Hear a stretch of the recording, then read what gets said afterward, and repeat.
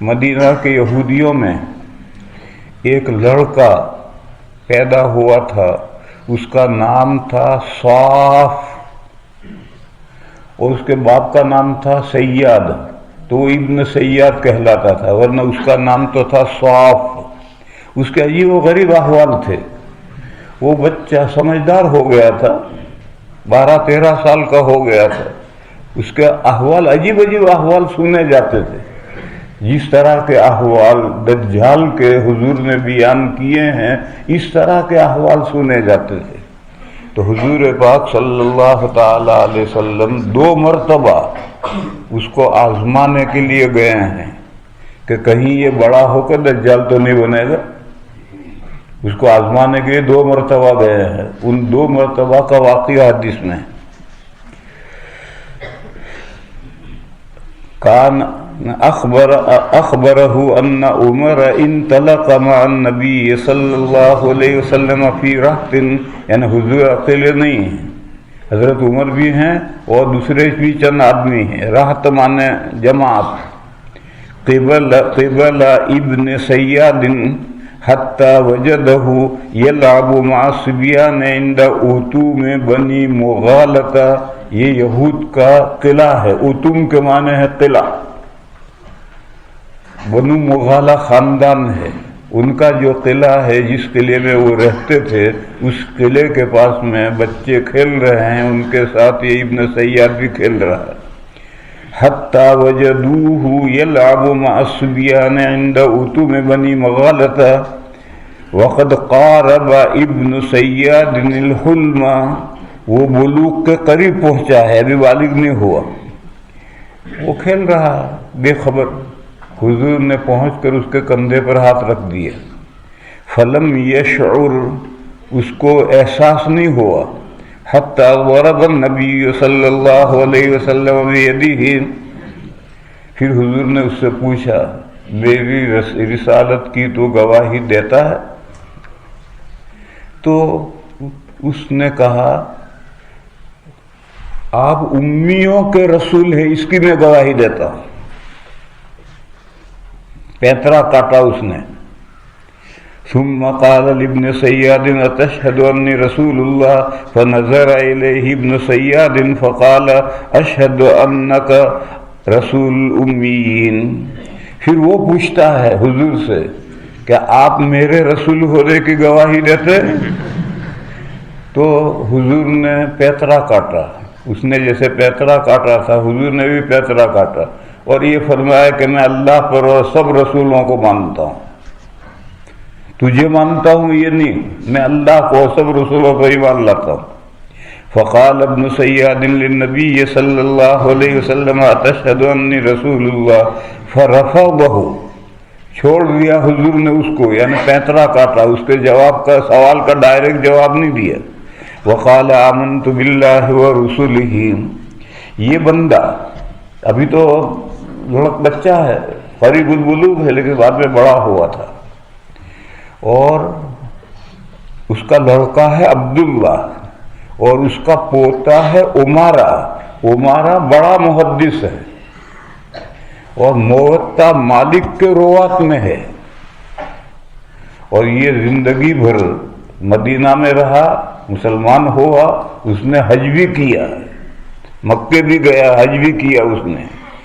پھر کہتے ہیں کہ مرا بھی اور باقاعدہ اس کا چہرہ لوگوں کو دکھلایا، پھر دفن کیا، اور بعض کہتے ہیں کہ نہیں، ہررا کے واقعے میں یہ غائب ہو گیا، اللہ جانے کہاں گیا۔ بہرحال بعد کے حالات نے یہ ثابت کیا کہ یہ وہ دجال نہیں۔ پھر حضور نے اس سے پوچھا تیرے پاس جو خبریں لاتا ہے، یہ جو کاہن کے قبیل کے لوگ ہوتے ہیں وہ ان کے تابع موکل ہوتے ہیں، وہ کبھی تو وظیفہ پڑھ کر موکلوں کو تابع کرتے ہیں، اور کبھی یہ شیاطین خود بخود تابع ہو جاتے ہیں۔ تو حضور نے پوچھا تیرے پاس جو خبریں لاتا ہے ان کا کیا حال ہے؟ اس نے کہا کہ کوئی تو میرے پاس سچی خبر لاتا ہے اور کوئی میرے پاس جھوٹی خبر لاتا ہے۔ تو حضور نے فرمایا تیرا معاملہ گڈ مڈ ہو گیا، کیونکہ نبی کے پاس تو تمام خبریں سچی آتی ہیں، جھوٹی کوئی خبر نہیں آتی، تو کہاں سے نبی ہوگا جب تیرے پاس جھوٹی خبریں بھی آتی ہیں؟ فقال له ماذا ترى، تیرے پاس جو شیاطین خبریں لاتے ہیں ان خبروں کا کیا حال ہے؟ ماذا ترى کا یہ مطلب، قال ابن سیاد یاتینی صادق وکاذب، کوئی تو میرے پاس سچی خبر لاتا ہے، کوئی جھوٹی لاتا ہے۔ فقال النبی صلی اللہ علیہ وسلم خلت علیک الامر، تجھ پر معاملہ گڈ مڈ کر دیا گیا، یعنی تو نبی نہیں ہو سکتا ہے، کیونکہ انبیاء کے پاس تو سب سچی خبریں آتی ہیں۔ یہ اس پر تردید کی، اس نے کہا تھا نا حضور سے آپ مجھ پر ایمان لاتے ہیں، اس کا جواب اب دیا کہ تجھ پر کیسے ایمان لائیں گے، تیرا تو معاملہ مشتبہ ہے، تو جھوٹا ہے، انبیاء کے پاس تو سب خبریں سچی آتی ہیں۔ خلت علیک الامر، پھر حضور نے کہا میں نے دل میں ایک بات چھپائی، بتا کیا ہے؟ اور حضور نے سورہ دخان کی یہ آیت دل میں چھپائی، یوم تأتی السماء بدخان مبین، یہ آیت حضور نے دل میں چھپائی اور اس سے کہا بتا میں نے دل میں کیا چھپایا ہے؟ تو کم بخت پہنچ گیا قریب قریب، اس نے کہا آپ نے دل میں دکھ چھپایا ہے، دخان پورا لفظ نہیں سمجھ سکا، یہ اس کے جنات نے اتنا پتلایا اسے، تو حضور نے فرمایا درو۔ ثم قال له النبی صلی اللہ، انبیاء جو پیشن گوئیاں کرتے ہیں وہ بالکل واضح پیشن گوئیاں کرتے ہیں، ایسے ادھورا ذرا سا ٹکڑا نہیں پکڑاتے۔ ثم قال له النبی صلی اللہ علیہ وسلم انی قد خبأت لك خبیئا، میں نے تیرے لیے ایک بات پوشیدہ کی ہے دل میں، بتا کیا ہے؟ فقال ابن سیاد هو الدخ، فقال اخسأ، کتے کو بھگانے کے لیے یہ لفظ ہے، گھر میں کتا گھس آیا تو اس کو بھگانے کے لیے لفظ ہے اخسأ، وہی لفظ حضور نے استعمال کیا، دورو۔ فلن تدرو تعدو قدرک، تیرا جو مرتبہ ہے اس مرتبے سے تو آگے نہیں بڑھ سکتا، ہرگز نہیں بڑھ سکتا، اس کا مرتبہ کیا ہے؟ کاہن کا مرتبہ، اس مرتبے سے تو آگے ہرگز نہیں بڑھ سکتا۔ فلن تعدو قدرک، یہ جو میں نے ایک جملہ کہا تھا کہ ان موکلوں کو کبھی تو عمل کر کے وظیفہ پڑھ کر کے، یہ وظیفہ پڑھنا یہ جادو کرنا ہے، جادو کر کے ان کو اپنے تابع کیا جاتا ہے، اور کبھی کبھی یہ شیاطین بغیر وظیفے کے خود کسی کے ساتھ لگ جاتے ہیں، اچھوں کے ساتھ لگ جاتے ہیں، نیک لوگوں کے ساتھ بھی لگ جاتے ہیں، برے بروں کے ساتھ لگتے ہیں۔ اسی طرح سمجھو بچپن سے بھی لگ جاتے ہیں، 3 4 5 سال کا بچہ ہے اس کے ساتھ لگ جائیں گے، بالغ ہو کر بڑا ہونا ضروری نہیں ہے، بچوں کے ساتھ بھی لگتے ہیں، تو اب یہ بچہ ہے اس کے ساتھ لگ گئے ہیں وہ شیاطین۔ اس موقع پر حضرت عمر نے کہا یا رسول اللہ مجھے اجازت دیجیے، دعنی چھوڑیے مجھے، یعنی مجھے اجازت دیجیے میں اس کا قصہ نمٹا دوں، تاکہ نہ رہے بانس نہ بجے بانسری، نہ رہے گا ہی نہیں تو بڑا ہو کر دجال کہاں سے بنے گا؟ تو حضور نے فرمایا نہیں، لوگ کیا کہیں گے کہ اسلامی حکومت ذمیوں کو بھی مار ڈالتی ہے بغیر گناہ کے، یہ تو ہمارا ذمی ہے، ہماری اسلامی حکومت کا ایک شہری ہے، اور اس کا کوئی ایسا گناہ نہیں ہے کہ جس کی وجہ سے اس کو قتل کیا جا سکے، پھر ہم آپ قتل کر دیں گے تو رہتی دنیا تک یہ کہے گی، لوگ کہیں گے کہ اسلامی حکومت نے تو اپنے ذمیوں کو بھی نہیں بخشا، ان کو بھی بے گناہ مارا۔ دوسری بات یہ ہے کہ اگر یہ بڑا ہو کر دجال اکبر بننا ہے تو دجال اکبر کو تو عیسیٰ علیہ السلام قتل کریں گے، تم کیسے قتل کر سکتے ہو؟ اور اگر یہ دجال اکبر نہیں بننا تو پھر قتل کرنے سے فائدہ کیا؟ فقال عمر دعني يا رسول الله اضرب عنقه فقال النبي صلى الله عليه وسلم ان يكن هو يعني دجال اکبر فلن تسلط عليه وان لم يكن هو فلا خير لك في قتله وقال سالم سمعت ابن عمر يقول ثم یہ تو ایک مرتبہ حضور گئے، اس موقع پر تو حضور کے ساتھ راحت 10 آدمیوں تک راحت کہلاتا ہے۔ دوسری مرتبہ گئے تو صرف 2 آدمی ساتھ میں تھے اور نہیں تھے۔ اس مرتبہ حضور چاہتے ہیں کہ ابن سیاد کو بھنک نہ پڑے اور اس کی باتیں سنیں، اس مقصد سے گئے ہیں۔ جب اس مقصد سے گئے ہیں تو بہت سارے آدمی ساتھ میں نہیں لے سکتے ورنہ تو پتہ چل جائے گا۔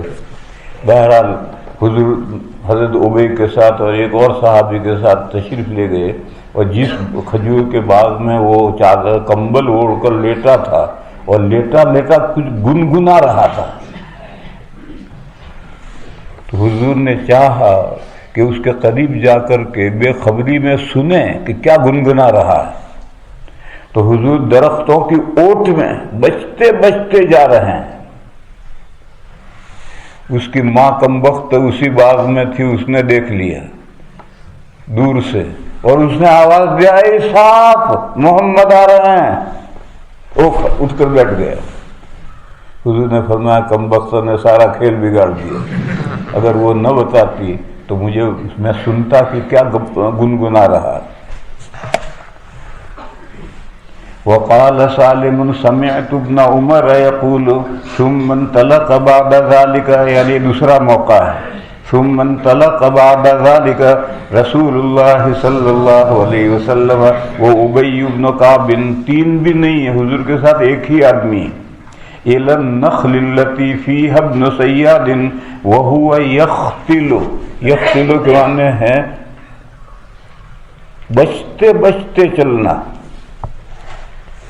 وهو يختل أن يسمع من ابن سياد شيئا قبل أن يراه ابن سياد فرآه النبي صلى الله عليه وسلم وهو مضطجع في قطيفة له، قطيفة کمبل، پتلا کمبل، فيها رمزة أو قال زمرة، یہ لفظ کئی طرح سے روایتوں میں ہے، سب کے معنی ہیں گنگنانا۔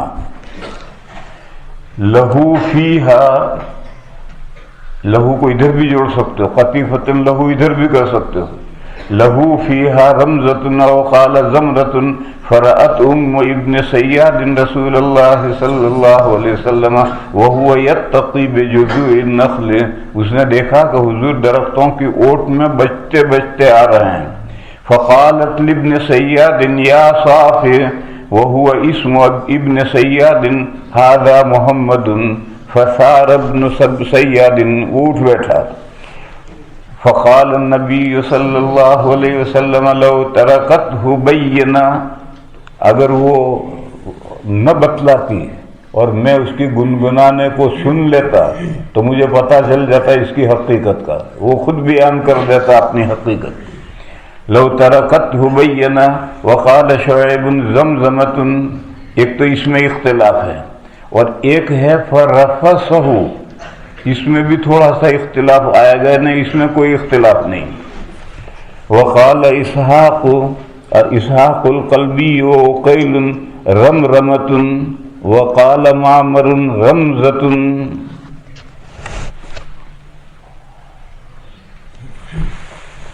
یہاں ایک سوال ہے چھوٹا سا کہ یہ لڑکا بڑا ہو کر دجال اکبر ہو، اس کو جانچنے کی حضور کو کیا ضرورت ہے؟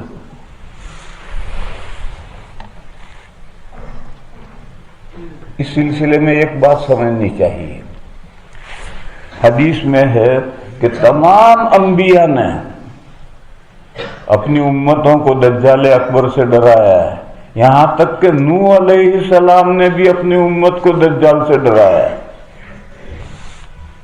اس کا کیا مطلب؟ اس کا مطلب یہ ہے کہ خروج دجال کا زمانہ متعین نہیں کیا گیا تھا، جبھی تو ہر نبی نے اپنی امت کو ڈرایا. تو جیسے تمام انبیاء کے لیے خروج دجال کا زمانہ مقرر نہیں کیا گیا ہے، حضور کے لیے بھی مقرر نہیں کیا گیا. پر جب زمانہ مقرر نہیں کیا گیا ہے تو ہو سکتا ہے کہ وہ حضور کے زمانے میں پیدا ہو جائے. بس یہ جو روایت میں ہے کہ وہ پیدا ہو گیا ہے اور کسی جزیرے میں قید ہے، اللہ جانے وہ روایت کیسی ہے، اگرچہ وہ روایت مسلم میں ہے مگر اللہ جانے وہ روایت کیسی ہے. اس پر رشید رضا رحمہ اللہ نے بھی نقد کیا ہے، اور سعودیہ کے بڑے مفتی ہیں عثیمین، انہوں نے بھی نقد کیا ہے، اور بہت سے آدمیوں نے نقد کیا ہے، کیونکہ یہ حدیث دلالت کرتی ہے کہ حضور کے زمانے میں وہ پیدا ہو سکتا ہے اور وہ بڑا ہو کر دجال اکبر بنے. بس وہ کبھی سے وہ پیدا ہوا ہے اور جزیرے میں قید ہے، مسلم میں روایت ہے، مگر اس روایت پر بہت سے محدثین نے نقد کیا ہے. مگر سند اس روایت کی صحیح ہے، اس روایت کی سندیں صحیح ہیں، ایک نہیں کئی سندیں ہیں اور سب صحیح ہیں. بہرحال دجال اکبر کے پیدا ہونے کا زمانہ متعین نہیں کیا گیا تھا، اس لیے نوح علیہ السلام سے لے کر تمام نبیوں نے اپنی امتوں کو ڈرایا ہے. بس حضور کے لیے بھی زمانہ متعین نہیں کیا گیا تھا. اور جب زمانہ متعین نہیں کیا گیا ہے تو احتمال ہے کہ وہ حضور کی حیات میں پیدا ہو جائے، اس کا احتمال ہے. اس لیے حضور اس کو جانچنے کے لیے گئے ہیں. تو اس وقت تو کچھ پتہ نہیں چلا، لیکن بعد کے حالات نے بتلایا کہ وہ نہیں تھا، وہ تو مسلمان ہوا، اس کا بیٹا مسلمان ہے، اس کا پوتا بڑا محدث ہے، وہ حج میں گیا ہے، مدینہ میں زندگی بھر رہا، وہیں مرا ہے. تو بعد کے حالات نے یہ ثابت کیا کہ یہ وہ دجال اکبر نہیں ہے. یہاں تو یہ ہے کہ وہ قارب الحلم، بلوغ کے قریب پہنچا تھا، اور حضور نے اس پر اسلام پیش کیا. اتشہد انی رسول اللہ. معلوم ہوا کہ بچہ چاہے نابالغ ہو لیکن سمجھدار ہو تو اس کو اسلام پیش کر سکتے ہیں، اس کے سامنے اسلام کی دعوت دے سکتے ہیں. بس یہ استدلال کرنا ہے.